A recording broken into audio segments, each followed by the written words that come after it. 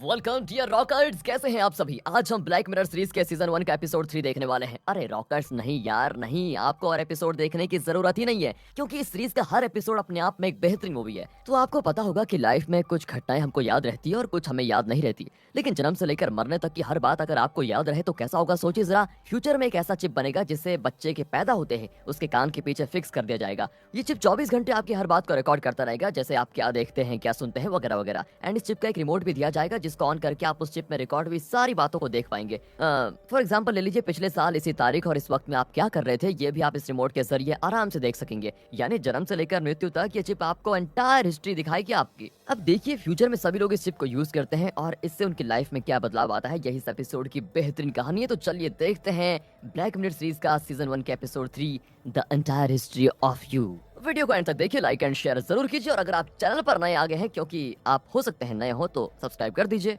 कहानी की शुरुआत में फ्यूचर को दिखाते हैं, जहां पर एक चावल के दाने जितना चिप बनाया गया है जिसे ग्रेन टेक्नोलॉजी कहा जाता है। अब होता ये कि बच्चे के पैदा होते ही छोटे से चिप को बच्चे के कान के पीछे इंजेक्ट कर दिया जाता है और इसमें उसकी पूरी लाइफ की हर बात, हर दृश्य रिकॉर्ड होता जाएगा। एक रिमोट के जरिए इंसान जब चाहे अपनी ही रिकॉर्डेड मेमोरीज को देख सकेंगे। कितनी बढ़िया बात है ना। और हर बच्चे में ये चिप इंसर्ट करना कंपलसरी होता है। कट करके लियाम नाम के एक लॉयर को दिखाते हैं जो एक मीटिंग खत्म करके टैक्सी में घर लौट रहा होता है। वो आज ना कुछ ज्यादा ही जल्दी में है, क्योंकि उसको आज एक डिनर पार्टी में जाना है। अब रास्ते में वो अपनी मीटिंग की मेमोरीज को देख रहा होता है जिसको वो अभी जस्ट खत्म करके आया हुआ है। हालांकि जब वो मीटिंग में था, मतलब एक्चुअल में, तब वो किसी की बात पर ज्यादा ध्यान नहीं दे पाया, लेकिन इस रिकॉर्डेड मेमोरी के जरिए वो हर एक का रिएक्शन देख पाता है और उनकी हर बात को फिर से सुनकर ठीक से समझ पाता है। अब देखो आगे क्या करता है। वो टैक्सी से उतरकर एयरपोर्ट के अंदर भाग जाता है। वहाँ उसका सिक्योरिटी चेकअप होता है, जहाँ पर वो लियाम के पिछले 24 घंटे की मेमोरी को रिवाइंड करके देखना चाहते हैं। लियाम वैसा ही करता है और अब सिक्योरिटी को वीडियो की तरह वो सब कुछ दिखता है जो लियाम ने पिछले 24 घंटों में किया था। लाइक को किन लोगों से मिला, कहाँ पर क्या किया उसने, और अगर यहाँ पर लियाम ने कोई गलती या क्राइम किया होता तो इनको पता चल जाता और वो लियाम को पकड़ लेते।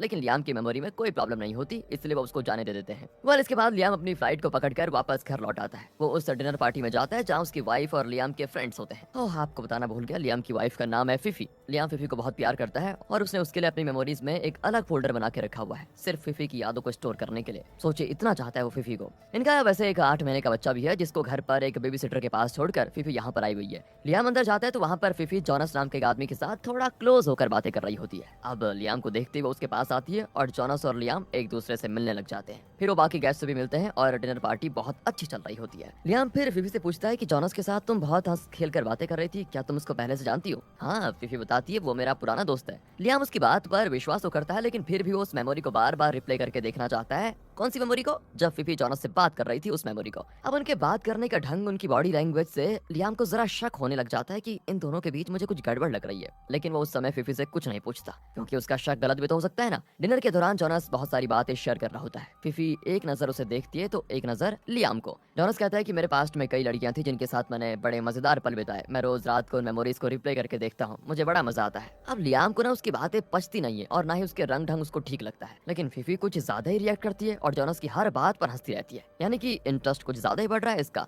लियाम को ये देखकर जलन भी होती है कि ये फालतू में क्यों उस पे इंटरेस्ट ले रही है। फिर पार्टी के बाद लियाम और फिफी घर लौट रहे होते हैं तो लियाम फिर पूछता है, तुम जॉनस को कितना जानती हो, जरा बताओ। वो कहती है, वो मेरा पुराना दोस्त है, पर मैं उसके बारे में बहुत कम ही जानती हूँ। वैसे तुम मुझसे इतने सवाल क्यों कर रहे हो? तुमने खुद ही तो जॉनस को पार्टी में इनवाइट किया था, याद नहीं है कि तुम्हें? ये कहकर वो अपनी चिप की वो मेमोरी प्ले करके दिखाती है जिसमें लियाम ने खुद जॉनस को पार्टी के लिए इनवाइट किया था। देखा देखा, मैंने कहा था ना, मैं बस जॉनस को जानती हूँ और कुछ भी नहीं, हमारे बीच कुछ नहीं है।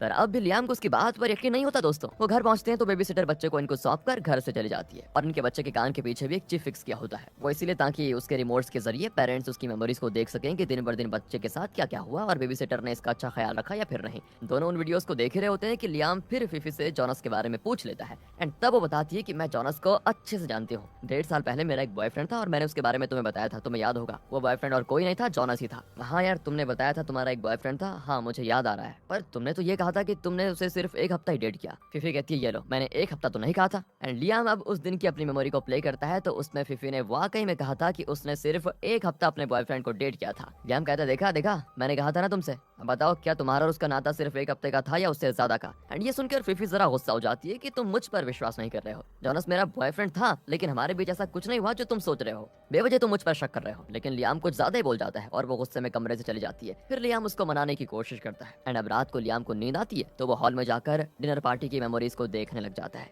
जॉनस ने कहा था कि वो अपनी एक्स गर्लफ्रेंड्स की मेमोरीज को देखकर आज भी खुश होता है। एंड अब लियाम को यकीन हो जाता है कि फीफी भी उसकी पास्ट गर्लफ्रेंड रह चुकी है, तो वो शायद फीफी की बात कर रहा था। एंड दोस्तों, इस चिप में ऐसी सुविधा है कि अगर बात सुनाई ना पड़े तो वो लिप मूवमेंट्स को सेंस करके बता भी सकता है कि वो क्या बातें कर रहे थे। तो बस लियाम उस टेक्नोलॉजी को यूज करके जान लेता है कि फीफी और जॉनस एक दूसरे से मिलकर बड़े खुश थे। यही नहीं, फीफी ने कहा था कि जब मुझे पता चला कि तुम इस पार्टी में आने वाले हो तो मैं नर्वस होने लगी, जिस तरह हमारी पहली मुलाकात में थी मैं। एंड लियाम अब बार बार इस मेमोरी को प्ले करने लग जाता है, जिसको फीफी देख लेती है। वो कहती है, अरे ये तुम्हें क्या हो गया है? लियाम कहता है, मेरी परेशानी की वजह तुम और फीफी, सिर्फ तुम देखो उसके साथ कितना हंस खेल कर बात कर रही थी, लेकिन जब मेरे साथ होती हो तो तुम्हारे चेहरे पे चिढ़न साफ साफ नजर आती है। एंड ये कहकर दोस्तों अपनी मेमोरी से कुछ एग्जांपल्स प्ले करता है। सच बताओ फीफी, तुम्हारी और जॉनस की जान पहचान सिर्फ एक हफ्ते की थी या उससे ज्यादा की थी? एंड अब वो बताती है कि हमने 6 महीने एक दूसरे को डेट किया था, पर तुमने तो मुझसे कहा एक हफ्ता। तुमने मुझसे ये बात क्यों छुपाई? देखो लियाम, वो मेरा पास्ट था और तुम मेरा प्रेजेंट हो, लेकिन मुझे ऐसा नहीं लगता फीफी। जॉनस कह रहा था कि वो रोज तुम्हारे साथ बिताए हुए वक्त की मेमोरीज को देखता है। एंड ये सब जानकर मैं चुप कैसे बैठ सकता हूँ? तुम्हारे लिए सब कुछ भूल जाना आसान होगा क्योंकि तुमने गलती की है, लेकिन मेरे लिए ये सब आसान नहीं होगा क्योंकि मैंने कोई गलती नहीं की है। मुझे सच में बहुत टेंशन हो रही है। एंड फीफी भी फिर चिल्ला जाती है कि अगर तुम उसकी बातों को सोच सोच कर टेंशन होना चाहते हो तो इसमें मैं क्या कर सकती हूँ, हैं?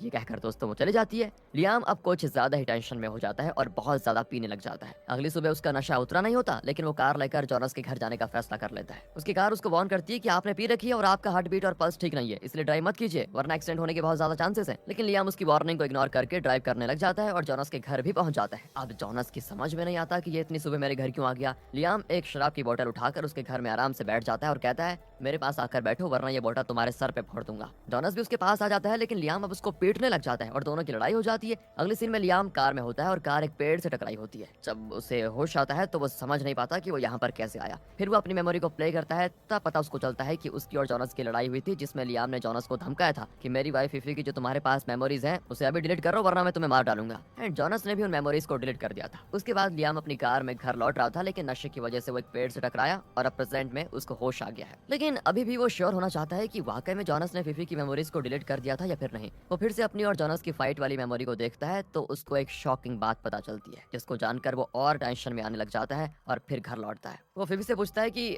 हमारे घर में जो बच्चा है वो किसका है? लियाम, तुम सच में पागल हो गए हो क्या? ये क्या क्वेश्चन पूछ रहे हो? वो हमारा बच्चा है। देखो फीफी, मैं फिर पूछता हूँ और मुझे अब सिर्फ सच सुनना है। मैं जानता हूँ ये बच्चा हमारा नहीं है, चुपचाप बताओ ये बच्चा है किसका? लियाम, तुम्हें क्या नॉनसेंस बातें कर रहे हो? तुम इतना गंदा मत सोचो, वो बच्चा हमारा है और तुम्हें कैसे कह सकते हो कि वो बच्चा हमारा नहीं है? एंड अब लियाम उसको वो मेमोरी दिखाता है जिसमें लियाम के धमकाने पर जॉनस ने फीफी की मेमोरीज को डिलीट किया था। लियाम फ्रीज करके उन मेमोरीज को जूम करता है। इससे पता चलता है कि जॉनस और फीफी 18 महीने पहले साथ में थे। नॉर्मली बच्चा पैदा होने में 9 से 10 महीने लगते हैं और इस बच्चे की उम्र 8 महीने है। गणित तो तुम्हें भी आती है ना फीफी, खुद ही समझ लो। वो बच्चा मेरा नहीं है, तुम्हारा और जॉनस का है। एंड दोस्तों यहाँ पर फीफी की बोलती बंद हो जाती है। वो छोड़ो फीफी, ये बताओ जब से हमारी शादी हुई है तुम जॉनस को भूल चुकी हो, राइट? हाँ लियाम, मैं तो उसे कब का भूल चुकी हूँ और सिर्फ तुमसे प्यार करती हूँ। तो ठीक है, तुम उसे भूल चुकी हो, बहुत बढ़िया। तो जॉनस के साथ तुम जब थी उन मेमोरीज को प्ले करो मेरे लिए। पर फीफी कहती है, मैं उन मेमोरीज को कब का डिलीट कर चुकी हूँ। बहुत बढ़िया, अगर डिलीट हो चुकी है तो वहाँ पर ब्लैक फुटेज होगा, तो मुझे वही दिखा दो बस। एंड अब फीफी नर्वस हो जाती है और कहती है, ठीक है दिखाती हूँ।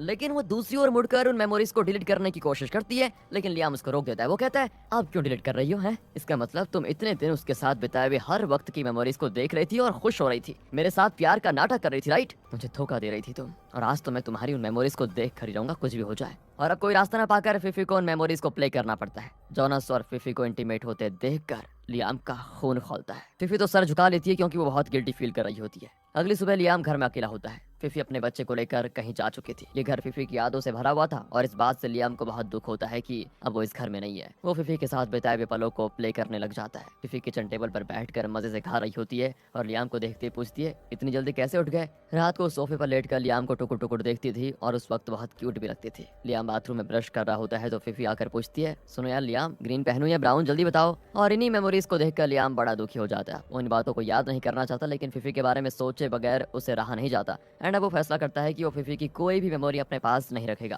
वो अपने कान के पीछे फिक्स किए हुए उस ग्रेन चिप को काट कर निकाल देता है, जिसके साथ ही उसके पास फीफी की जो यादें थी वो सारी नष्ट हो जाती हैं। और यहाँ पर the entire history of you नाम के एपिसोड होता है खत्म। तो दोस्तों आखिर इस कहानी में बताया क्या गया है, जरा इसका एनालिसिस कर लेते हैं। वेल, तो आप तो स्मार्ट हैं, थोड़ा मैं भी बता देता हूँ आपको। यहाँ पर मैं ये बताऊंगा कि फीफी ने लियाम को चीट किया या नहीं, क्योंकि यहाँ प्रॉब्लम इनकी रिलेशनशिप को लेकर नहीं है। अगर कोई प्रॉब्लम है तो सिर्फ फ्यूचर में उस होने वाली टेक्नोलॉजी में है। अगर किसी ने हमारे साथ बुरा किया है तो उसको भूल जाना ही बेहतर होगा, राइट? लेकिन अगर किसी ने अच्छा किया है तो उसे हमेशा याद रखना चाहिए, राइट? पर अगर ऐसी सुविधा आ जाए कि मेमोरीज को इस तरह सेव करके रखा जा सकता है और जब चाहे उसको रिप्ले करके देखा जा सकता है, तो जाहिर सी बात है कि जिंदगी नरक बनकर रह जाएगी यार। फ्यूचर में अगर लोग ऐसी मेमोरी टेक्नोलॉजी यूज करने लगे तो ये हर बात को एग्जैक्टली रिकॉर्ड तो नहीं करेगा, बल्कि वही रिकॉर्ड करेगा जिस तरह से हमारा दिमाग किसी बात को प्रोसेस करता है। वैसे आपने फॉल्स मेमोरी के बारे में सुना होगा। असल में जब आप किसी चीज को या किसी घटना को देखते हैं तो उसके बारे में आपके कुछ थॉट्स होते हैं, राइट? और आपका ब्रेन उस घटना को नहीं बल्कि उसके बारे में आपके थॉट्स को सेव करके रखता है। बहुत ध्यान देने वाली बात है।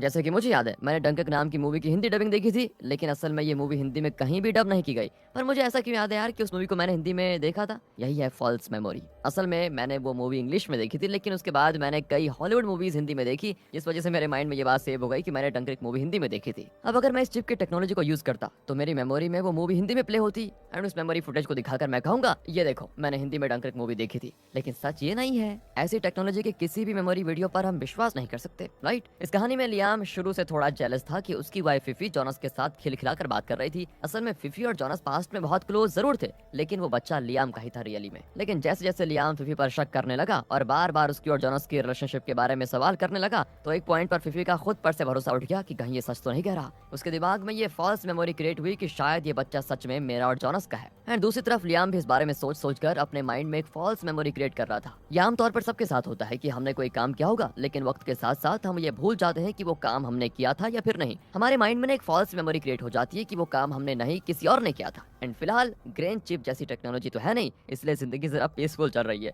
लेकिन अगर फ्यूचर में ऐसी टेक्नोलॉजी आ जाए तो सोचे हमारा क्या हाल होगा, और खासकर मेरा क्या हाल होगा अगर मैंने अपनी फॉल्स मेमोरी के भरोसे चैनल पर बताने लगूं कि डंकर्क मूवी हिंदी में अवेलेबल है और उसका डायरेक्टर भी मैं ही हूं। एंड उस फॉल्स मेमोरी वाली वीडियो को ले जाकर मैं डंकर्क मूवी के डायरेक्टर क्रिस्टोफर नोलन को दिखाऊंगा, तो पता नहीं वो मेरा क्या हाल करेगा यार। इसलिए दोस्तों खैर, जो हो गया सो हो गया। हर किसी की लाइफ में एक डार्क पास्ट होता है जिसको कोई वैसे भुला तो नहीं सकता, है ना? पर इसका ये मतलब नहीं कि उस पास्ट की बातों को प्रेजेंट में याद करके अपना प्रेजेंट भी खराब करो और फ्यूचर भी। इसलिए हमेशा अपने प्रेजेंट पर ध्यान दीजिए। एंड ये बहुत ही अच्छी कहानी है, इसीलिए मैं आपके लिए लेकर आ गया। अब क्योंकि ये फॉरेन सीरीज है तो यहाँ पर कुछ एडल्ट कंटेंट भी है, तो हमने उसमें नहीं पढ़ के इसको साइड कर दिया है और आपके लिए प्योर मार लेकर आ गए हम। पर आप तो रॉकर से आपने इतनी मूवीज देख ली है, अब आप बताइए ना आपके क्या विचार हैं इस पे। यार अपना हक बनता है, बता दीजिए कॉमेंट्स में। मिलते हैं अगली वीडियो में, ध्यान रखेगा अपना, बहुत जरूरी है ये। एंड